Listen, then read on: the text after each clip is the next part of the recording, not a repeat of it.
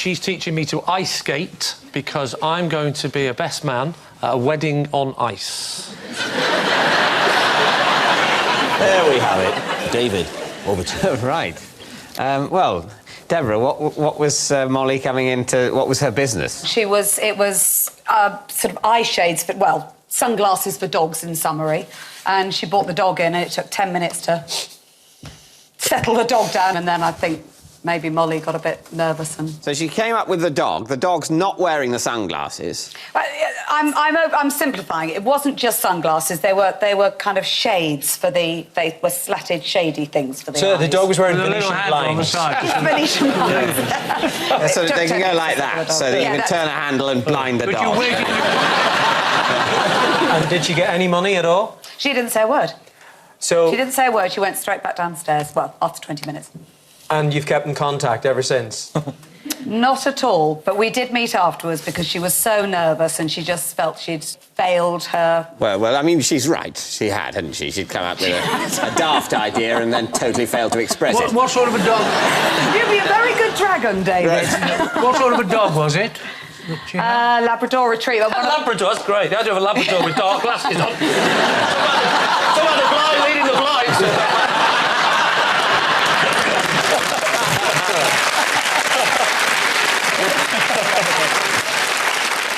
So, Mark, was Molly at school with you? Yes, she was, yeah. She was at and so you wrote the school play, which was vaguely about a murder, and you cast her in it. I both wrote and cast the play, yeah. And so what was the plot of the...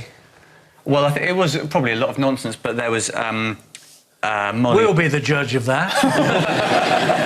Molly played, I think, the wife of a rich man who was murdered, and it was all a bit silly, you know, the way school plays are. It's a while ago, so I can't remember. I love the fact that you remember every single detail of a game of Connect 4 when you were 6, but 10 years later... Yeah. Theatre comes and goes, but Connect 4 stays with you. What was it called? Do you remember the title? The title of the play. Of the play? No. Yes. Any title.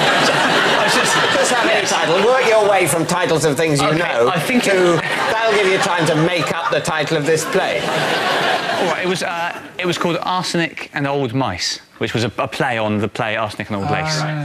Lee, where are you learning to ice skate? Tell me. I'm learning to ice skate at Alexandra Palace. Right. And how far have you got with it? Well, I actually... I mean, can you stand on one leg and do all that stuff, yeah? Oh, yeah, but not on the ice rink. No.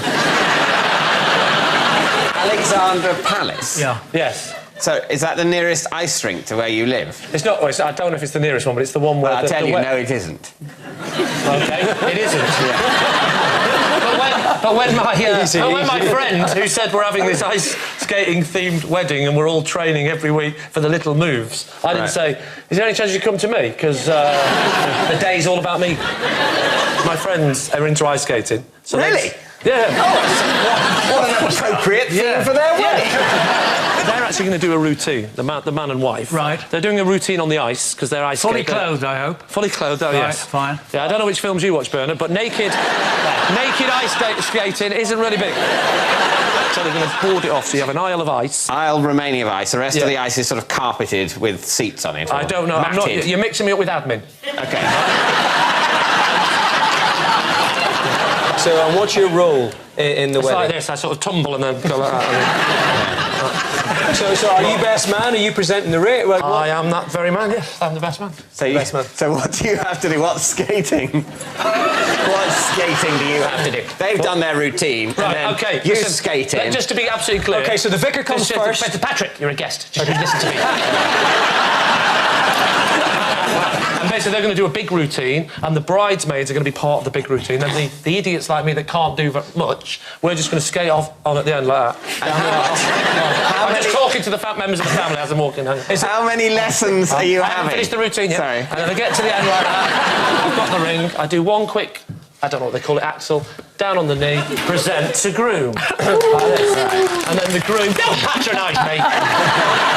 And everything's just... And it's going to be beautiful. And then where's the reception happening? That's happening at the ski slope in... The reception's at Alexandra Palace as well. Right, we need an answer. So, David's team, is Molly Mark's leading lady, Deborah's shy entrepreneur, or Lee's ice skating teacher? David. Well, I think we're agreed that Lee's story is The truth, and that's the end of the round. too plausible. I think Mark would remember more about this play. I think he's been very vague about this play on purpose. Flannelly like mad. You think you think it's true, but he's been deliberately vague? Yeah, I think so. Does this woman look like someone that puts Venetian blinds on dogs? Does any woman look like that, to be fair? What do you think? Deborah. You think Deborah? Yeah. No. You don't think that? You think Mark? I think it's Mark. Well, I think it's Deborah. Do you know what? I'm starting to feel like the ugly one on Blind Date. Well, I think I agree with Bernard. I think it's Deborah's former Dragon's Den contestant. OK. Yes.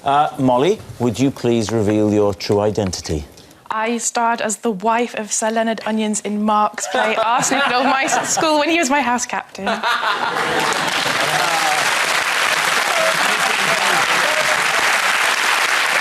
Yes, Molly starred in a murder mystery that Mark wrote and directed while at school. What sort of a director was he, Molly? Masterful. Really? Yes, really. That's the end of the round. Molly, ladies and gentlemen. Thank you.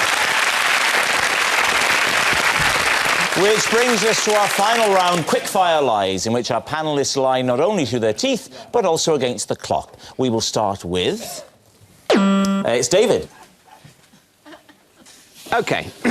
As a child, I had a special way of communicating with Captain Kirk during Star Trek episodes. True. On we go. What do you reckon? And that special way was? I had two ways of communicating with Captain Kirk. One was with a little calculator that, when you it had a sort of leatherette case, and when you flipped it open, it was, to my child's eyes, uncannily identical to a Star Trek communicator of the old sort. We're talking pre. You do this, David. I know it's more sort of. Yeah, no. It would open with, it would go, and then it would go, and you press the button, Kirk to Enterprise, and it would go... Oh, yes, that's a secondary noise. Just a question. Did you two ever have girlfriends? Yeah. No, I didn't, in all honesty. As a child, did you? No. No. It was a great noise, wasn't it? Yeah. Very comforting. It was, yeah. That kept me company. Who needs people? Exactly. And what was the second way? The second way was... I would sort of converse a bit with the characters on the screen while it was happening. So join in, slip in. Oh, that's good thoughts, Captain Kirk, etc. Don't interrupt me, Spock. I'm talking.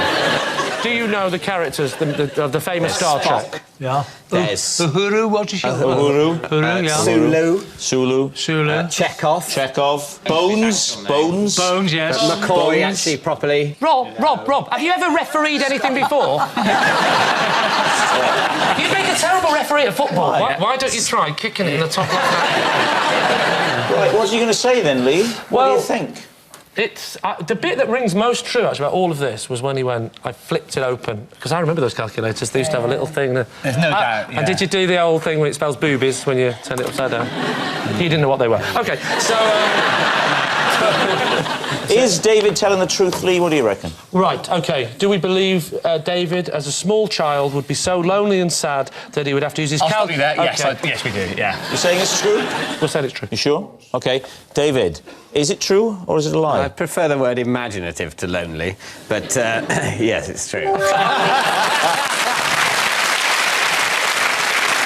Yes, it's true. As a child, David did have a special way of communicating with Captain Kirk during Star Trek episodes. David particularly liked Leonard Nimoy. That odd life form obsessed with logic would tune in each week to watch Mr. Spock. Oh, yes. Next. Right, that's me. Possession. Right. Pick it up first. Steady. Prototype invention of mine that I'm hoping to release one day.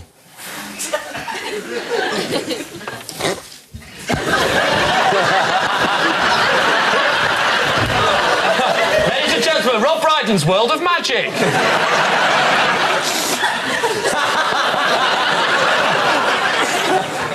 Teams, questions? Yeah, well, I mean, obviously, it's a TV aerial for the bath, isn't it? On first inspection, you'd think so. It's actually not. Don't tell us. Let us guess what it is. All right, try and guess what it is. Can you demonstrate how you would use it and see if we Yes. can guess? Yeah, please do. Can I come out? Well, Is now a good time? You did. He's cleaning something. Oh, Footprints, he's painting. cleaning Painting. footprints. You're painting. Oh. Painted a dotted circle. He's doing I haven't finished. Hang on, he's painted a circle or has he cleaned the circle? He's patting children on the head. Incidentally, I've just remembered something. This isn't a mime show. Tell us what you were doing. It's a thing for kids. I got a lot of children, and it's an idea I came up with, and it's just a big kind of painting stick. It's just a silly painting stick. I'm very interested, actually, to know what you think, Deborah. I think it's £5 grand, that's all I need. You just need £5 grand. Anybody? Anybody? I think probably you in Oh, particular. me, is it? You're quite well known for being No, rich. quite seriously, all jokes Do you know aside... how you get rich? Probably not like that. investing in things Deborah, like stop that. talking to the idiot at the end. Oh, sorry. Talk to this idiot. Yeah, Seriously? Oh, don't buy into that. What do you mean don't buy into Don't it? buy into that. No, not this. Buy into this. Don't buy into You've that. been rubbish on Dragon's Den. See this? Don't buy into that. Don't buy into this. Deborah, what do you think? Seriously, what do you think? Seriously, what do I It think? wouldn't be wood, like this is a prototype. It would be a gaily coloured plastic, maybe with some kind of laminate cover on it with zigzag. Kids Would it love be zigzags. nothing like that? Well, it'd be quite a lot like this. Can you imagine if you asked for a Nintendo Wii and Dad came home with that? There's not much you can do apart from do circles, though, is there? Yes, there's plenty you can do. That's a... You can do that with a normal spoon. With this invention, you can do this. Yeah? Another... Oh, you mean another one of those circles you were telling us about? But is it a circle, Lee? Well, it's starting to become a circle, yeah. You think it's a circle? Wait a minute. It looks like it. Oh, hello. Do you know what? I'm in. I'm in. Suddenly. What would you call it? 4 sponges on a stick. Rob's colourful stick. Hey! Hey, I'm not falling for this again. Right, what are you going to say? I've seen a lot of inventions. Yes. That's not even an invention. I'm going to be maverick here, and suddenly I think it's a good idea. No, I do. It is a good idea. It's great fun. I'm starting to look forward to actually borrowing that and playing with my kids with it. What are you going to say? I say that I think Rob is mad enough to think that's a good idea, and we should say that's true. You're saying it's true. David Mitchell, what is your team saying? Rubbish. Absolute rubbish. Do you think it's a lie? A lie. He's mad enough to have come up with that, I think. My instinct is that it's a lie. OK, you say it's a lie. You say it's true. Yeah. It's actually a lie.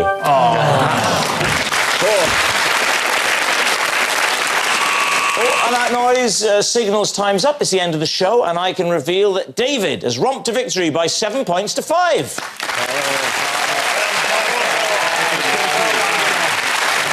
But it's not just a team game, and my individual liar of the week is Deborah Meaden. Yes, Deborah Meaden, a woman whose ability to lie is tested every time Duncan Bannatyne asks if she's pleased to see him. Good night.